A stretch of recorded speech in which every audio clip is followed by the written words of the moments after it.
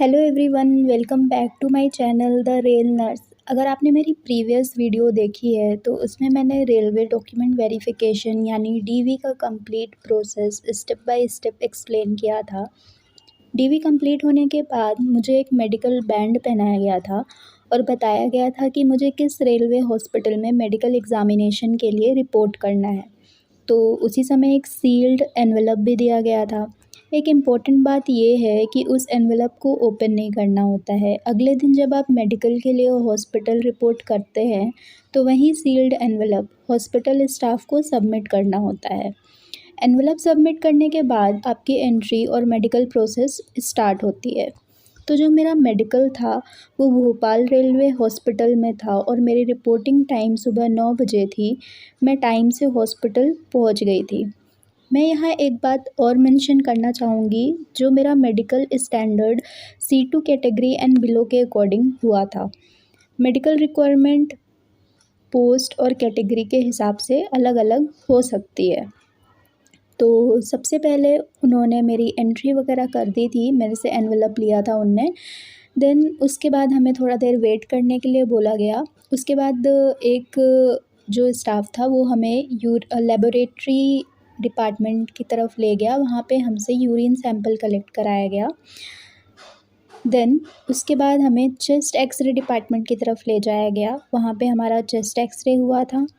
Chest x ray होने के बाद ये ऑलमोस्ट 12 बज गए थे। उसके बाद हमें वेट करने के लिए बोला गया क्योंकि स्टाफ चेंज होना था और जो स्टाफ आना था ड्यूटी शिफ्ट के बाद वो हमारा विज़न टेस्ट, हियरिंग टेस्ट और फिज़िकल एग्ज़ामिनेशन करेगा, ऐसा हमें बोला गया था। तो हमें वेट करने के लिए बोला गया। जब शिफ्ट चेंज हुई तो जो नर्स आई थी उन्होंने हमारा फ़िज़िकल एग्ज़ामिनेशन किया।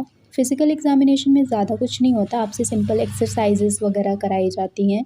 सिटअप्स हो गया, हील पे वॉकिंग हो गया, और जैसे कुछ था कि आपको नीचे ज़मीन पे बैठना था और बिना हाथ को टच किए ज़मीन पे खड़े होके उनको दिखाना था। देन उसके बाद आपको कुछ फ़िज़िकल एक्सरसाइजेस, जैसे नॉर्मल एक्सरसाइजेस जो भी हम डेली लाइफ में परफॉर्म करते हैं वो सब होना था।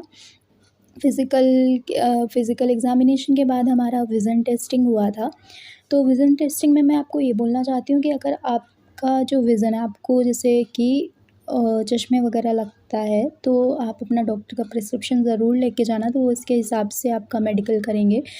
और क्योंकि अगर आपने उस टाइम पे आपके पास मतलब आपको पता है कि आपको चश्मा वगैरह लगता है और आपने डॉक्टर का प्रिस्क्रिप्शन नहीं लिया है, और तो अगर उनको ऐसा लगा कि आपको लगता है चश्मा तो आपको नेक्स्ट डे बुलाएंगे फिर डॉक्टर के प्रिस्क्रिप्शन के साथ।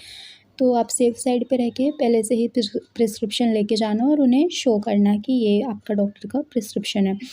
तो विज़न टेस्टिंग के लिए डिस्टेंट विज़न टेस्टिंग और नियर विज़न टेस्टिंग दोनों हुआ था। नियर विज़न में उन्होंने आपको रीडिंग कराएंगे वो, और डिस्टेंट में सी कट वाला टेस्ट होता है।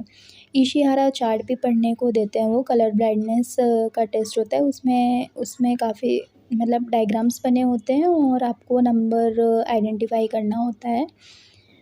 इसके बाद हमारा हियरिंग टेस्ट हुआ था। हियरिंग टेस्ट में वो आपका एक कान बंद कर देते हैं और पीछे से जो भी नर्स वगैरह रहेंगी वो कोई नंबर, रैंडम नंबर बोलते हैं और आपको वो रिपीट करना होता है। सेम दूसरे कान के लिए भी टेस्ट रिपीट होता है। तो ऐसे ही हमारा मेडिकल का प्रोसेस हो गया था और इसके अलावा कोई और टेस्ट नहीं हुआ था हमारा। हम पर खाली पेट गए थे, पर हमारा ब्लड टेस्टिंग नहीं हुआ था, हमारा केवल यूरिन टेस्ट हुआ था। तो ये थे हमारे 5-6 टेस्ट जो हमारे भोपाल रेलवे हॉस्पिटल में कंडक्ट हुए थे। तो हमारा एक्सरे हुआ था, विज़न टेस्टिंग हुआ था। विज़न टेस्टिंग में डिस्टेंट, नियर और इशिहारा चार्ट वगैरह पढ़ने के लिए बोला गया था। हियरिंग टेस्ट हुआ था। कुछ फिज़िकल एग्ज़ामिनेशन हुए थे, मतलब मूवमेंट वगैरह वो असेस कर रहे थे, और सिटअप्स और हील और टो वॉकिंग कराई गई थी। बस इतना ही हुआ था।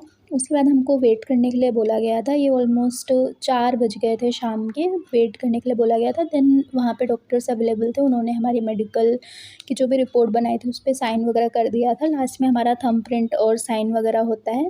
देन हमें वो मेडिकल बैंड उतार लिया जाता है अगर आपका प्रोसेस नॉर्मल है, और अगर कुछ और रिक्वायरमेंट बच जाती है तो आपको नेक्स्ट डे बुलाते हैं। पर हमारा जो ये डीवी था वो एक ही दिन में कंप्लीट हो गया था। तो उसके बाद उन्होंने हमें घर जाने के लिए परमिशन अलाउ कर दी थी कि आप जा सकते हो। कुछ बच्चों का कुछ मेडिकल में दिक्कत भी आई थी 1-2 बच्चों की, वही मैंने आपको डॉक्टर का प्रिस्क्रिप्शन वाला बताया, वो एक बच्चे के में दिक्कत आ गई थी तो उसको नेक्स्ट डे के लिए बुलाया गया था। देन बस इतना ही प्रोसेस होता है, तो आप ज़्यादा पैनिक मत करना, नॉर्मल प्रोसेस है, स्टाफ बहुत सपोर्ट करते हैं, कोऑपरेटिव रहते हैं। बस ये है कि आप थोड़ा स्नैक्स वगैरह और पानी वगैरह लेके जाना, सुबह खाली पेट ही जाना और आपका आधार कार्ड लेके जाना, वो मेडिकल का एनवेलप और वो मेडिकल बैंड ज़रूर पहन के जाना। बस इतना ही प्रोसेस है इसका।